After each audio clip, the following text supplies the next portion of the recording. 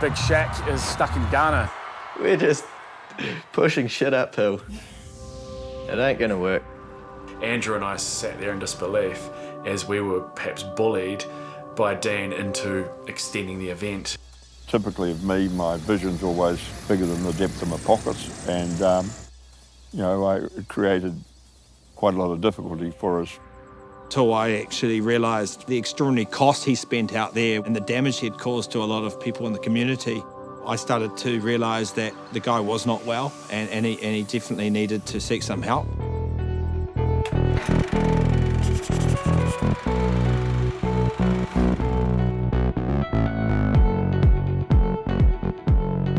Events like these don't just happen. There is a whole shed load of people doing a truckload of work. I'm just going to give it up for Dean and Leslie Witters, who own this place, to make it all responsible. Well, I emceed the first 5 years straight, so I've been there right from the very beginning when it was a bit wild and loose. And Dean Witters, growing up with him, he was always the guy with the crazy ideas. Like that whole water slide idea came about because he thought if you ever went down it nude, you paid nothing. And that's what drove him to build that water slide. That's how that was created.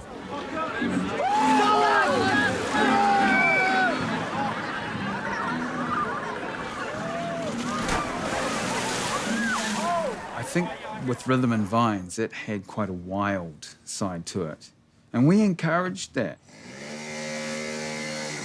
Stop it. We liked the crowd when they went wild. They had a lot of freedom.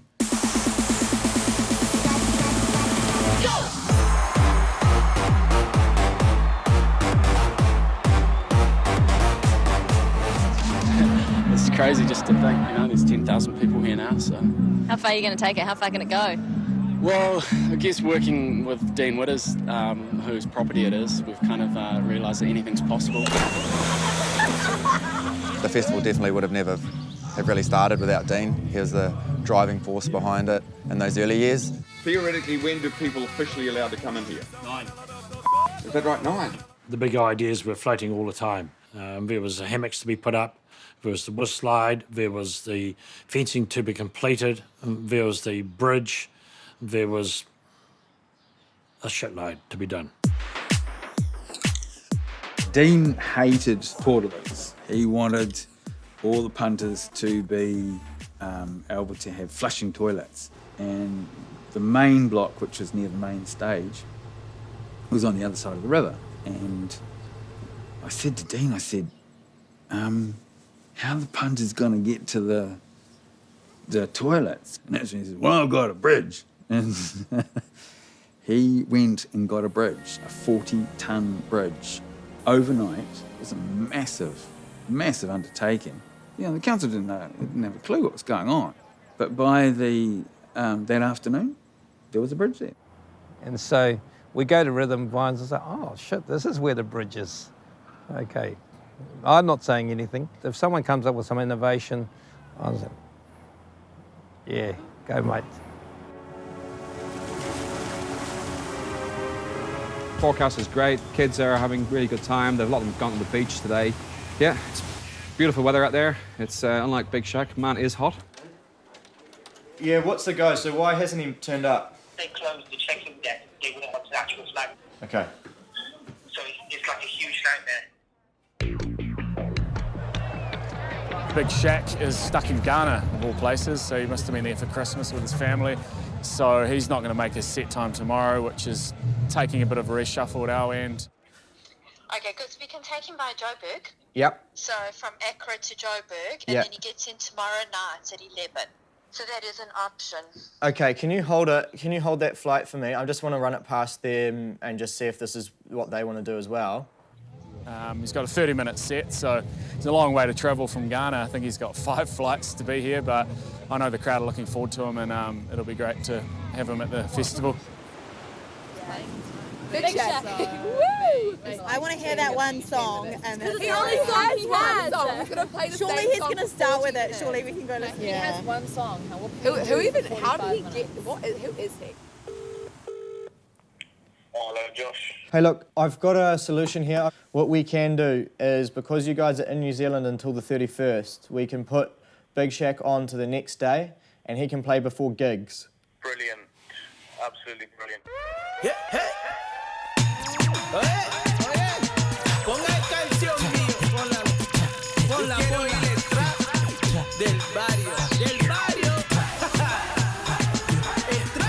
What are you doing? That's so impressive. Wow. Wow. I did basically, I fucked it up. The boys here are feral. The boys here are gross. But to be honest, so are the girls, so I guess we're just as bad as each other.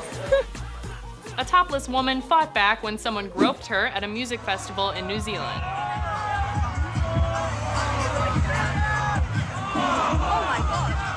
I don't think a female should have to change her behavior just because boys are fucking horny. So do what you want to do. You know, we shouldn't have to change what we're doing just because boys can't be trusted. It's bullshit.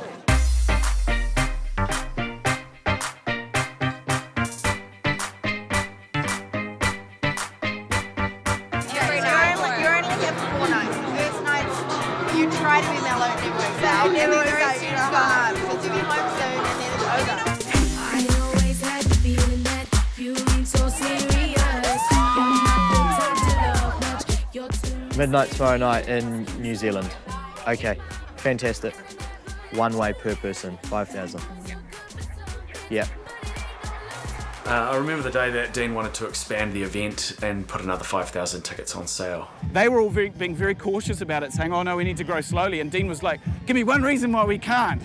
Dean, in his rage, picked up pot plant and smashed it at our feet and said, you'll do what I say, we need these tickets on sale ASAP. I certainly had a sudden rush of blood to the head about developing it further, and typically of me, my vision's always bigger than the depth of my pockets, and it created quite a lot of difficulty for us. It caused a lot of backlash where a few of the artists obviously reviewed their contract and went back to us and said, we want more money.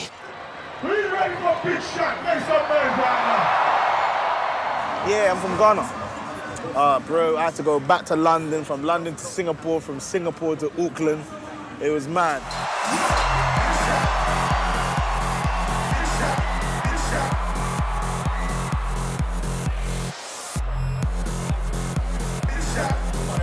Andrew and I sat there in disbelief as we were perhaps bullied by Dean into extending the event. Dean was already chasing his tail with other investments in town. By the time he had fun without actually adding up all his costs, we'd spent $1 million on this expansion. Rhythm and Vines was one of the businesses that was being successful, and there was cash flow there, but Dean was funneling that into his other projects. I mean, the classic was him buying up a whole block of Gisborne to try and encourage the warehouse to move there instead of setting up on a prime site near the river and harbour. I mean, he was imagining the Rugby World Cup final being played up there as well. It was pretty... I mean, it was exciting, but crazy.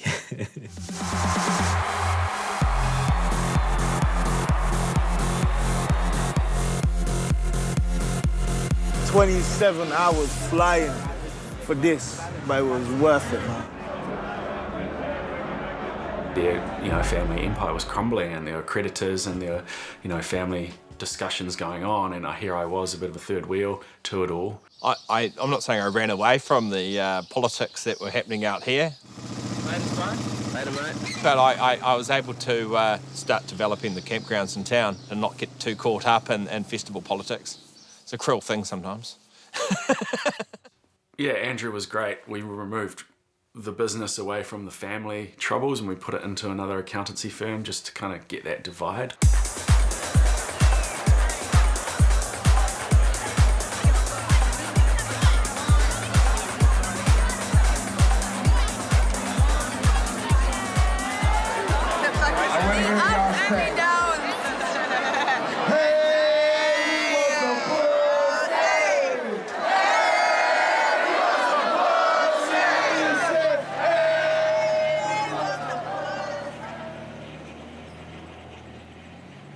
After the New Year's Eve night, it just all went tits up. The family went into receivership. I had to go to the bank to remortgage our house to pay for the material, pay for my men that hadn't been paid for. We all suffered horrendously. Dean was not mentally strong enough to stay in town, and he actually decided to head over to Australia. And that was very tough because I was left here with the receiver and my mum. We were all at a meeting with the options that we had. If you didn't take these options and didn't sign, well then you would probably get nothing. So 40 cents was better than nothing in your back pocket, which is what we did take. It still saddens me today to the fact that, we only ended up paying people, so much in the dollar. As much as Rhythm and Vines was separated from the, Dean's ventures, some people didn't see it that way. Well, we were good friends. No apologies whatsoever. It would have been absolutely magnificent if the directors of Rhythm and Vines now could have come forward and said, look, you guys, here's 20 grand or 30 grand that we could help out for a final payment, but it didn't happen. Well, I don't know. I lost 200 grand. Like, I would have, so I don't know. I was deeply affected as well. So it's, I wrote that off. My mum wrote off 400,000, So, we gave up a significant amount to ensure the creditors got 42 cents in the dollar, but no one talks about that, do they? They only talk about what they got. They got their 42. I didn't get my 42 cents. We haven't climbed out of the shit yet. I'll work until 75 to retire.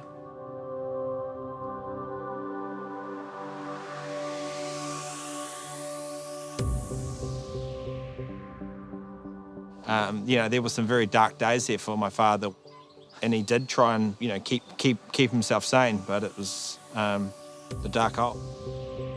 It's a very difficult question for me. I believe I do suffer bipolar, and I have a build-up to the event. We put in huge hours in work, and when the event's there and running, that's a very high point for me when we finally got there, and then I can go pretty quickly into a low following that. It got to a point where it was very tough for the family, and it was very tough for him to continue. I stood here and looked down over the crowd, and my thoughts were, what a bloody monster. In those last 18 months when he got diagnosed for leukemia, it was very, very, very sad, but I think it got to a point where he understood that, there was an end, and it wasn't just an end to him passing away, but it was actually an end to not having to wake up with these mental issues. I've always had the strong desire to be at my own funeral service and having the final say. Thank you, Dean. You have brought us all together. You will be a legacy in all of our minds. In many ways, my life has been a fun roller coaster ride, with its fair share of twists, turns and derailments. And we just say, Mr. Witters, thank you so much for your contribution to our district. Should have been called Sir Dean. I would like to be remembered for my lateral and creative thinking. Love you all, good luck and good health until we meet again.